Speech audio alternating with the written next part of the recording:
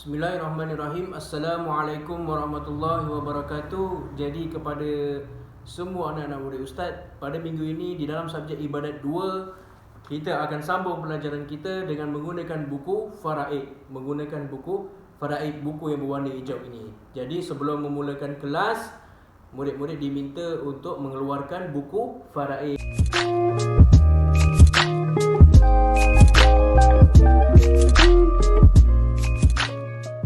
Untuk faraid, kita dah tahu bila berkata tentang faraid, jadi kita akan belajar tentang harta pusaka. Maksudnya bila orang dah meninggal, jadi hartanya tu pergi kepada siapa. Sebab tu kita kena belajar faraid.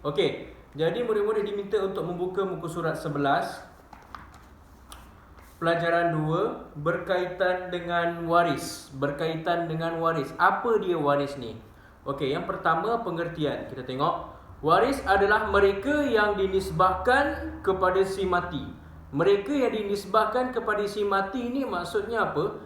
Maksudnya dinisbahkan pula. Dinasabkan. Ustaz ulang lagi sekali. Waris adalah mereka yang dinasabkan kepada si mati. Maksudnya apabila seseorang itu meninggal, warisnya tu adalah keturunan orang yang meninggal itu. Seperti anak lelaki. Contoh yang meninggal ada anak lelaki tu ialah waris kepada orang yang mati itu. Anak perempuan, ibu, bapa dan lain-lainnya. Itu maksudnya waris si mati. Waris si mati ni apalah? Apa dia? Ialah keturunan orang yang meninggal dunia itu. Itulah maksud waris.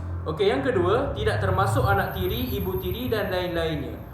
Anak tiri, ibu tiri dan lain-lainnya yang berkaitan dengan tiri itu bukan waris si mati. Kalau dia ada anak tiri ke, contoh lelaki dan perempuan ni dia berkahwin dan dia tak ada anak. Lepas tu dia meninggal. Lepas tu anak dia tu dia tak ada anak, dia ambil anak tiri. Jadi anak tiri itu bukan anak dia, anak daripada darah daging dia, bukan anak dia. Jadi itu tidak boleh menjadi waris. Seterusnya yang ketiga. Waris-waris yang mempusakai harta ada 25 orang, iaitu 15 orang waris lelaki dan 10 orang waris perempuan. Tengok muka surat sebelah. Muka surat 12. Waris-waris lelaki. Waris-waris lelaki ada 15 orang. Maksudnya apabila seseorang ni meninggal, dia akan ada 25 orang waris. 15 orang waris lelaki dan 10 orang waris perempuan. Yang pertama anak lelaki. Yang kedua cucu lelaki daripada anak lelaki hingga ke bawah. Bapa, datuk sebelah bapa. Ini bapa kepada bapa hingga ke atas, atuk kita. Saudara lelaki seibu sebapa, adik-beradik sebapa. Saudara lelaki sebapa, adik-beradik seibu, pakcik. Saudara lelaki seibu, adik-beradik. Anak lelaki kepada saudara lelaki seibu sebapa, anak saudara. Anak lelaki kepada saudara lelaki sebapa, anak saudara sebapa. Maksudnya anak saudara sebapa ni ayah dia punya saudara, dia punya anak lelaki. Tu maksudnya. Lepas tu sebelah bapa saudara seibu sebapa. Bapa saudara sebapa.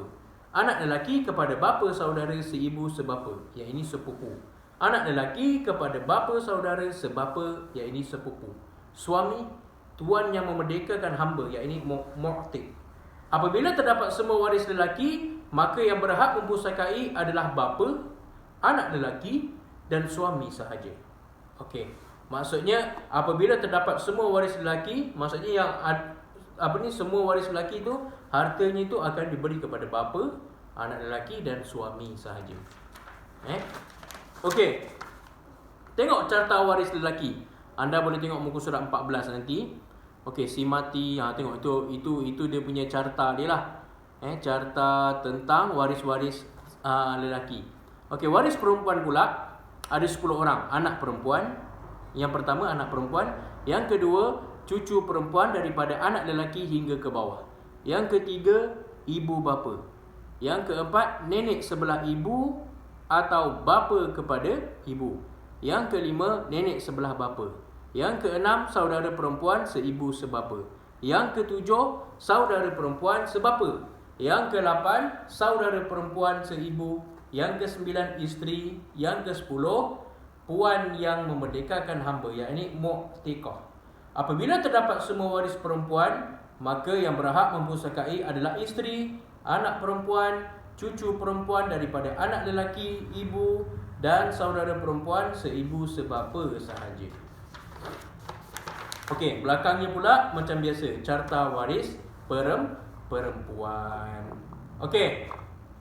Tengok muka surat 17. Waris-waris lelaki dan waris-waris perempuan. Apabila terdapat semua waris lelaki dan perempuan, maka yang berhak mempusakai harta ialah bapa, ibu, anak lelaki, anak perempuan, suami atau isteri. Okey, itu yang paling utama.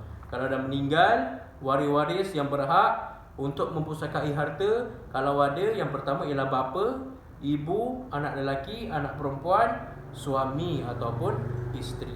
Okey, itu saja. Itulah maksud waris yang kita belajar. Senang saja, tak susah. Okey, jadi itu saja yang kita belajar pada hari ini. Kalau ada apa tak faham, awak boleh tanya. InsyaAllah Ustaz akan jawab. Okey, awak kena ingat mula-mula, poin yang paling penting sekali, waris. Waris ni apa dia? Keturunan orang yang dah meninggal dunia. Itu maksud waris. Itu yang paling penting sekali. Okey, sekian. Assalamualaikum warahmatullahi wabarakatuh.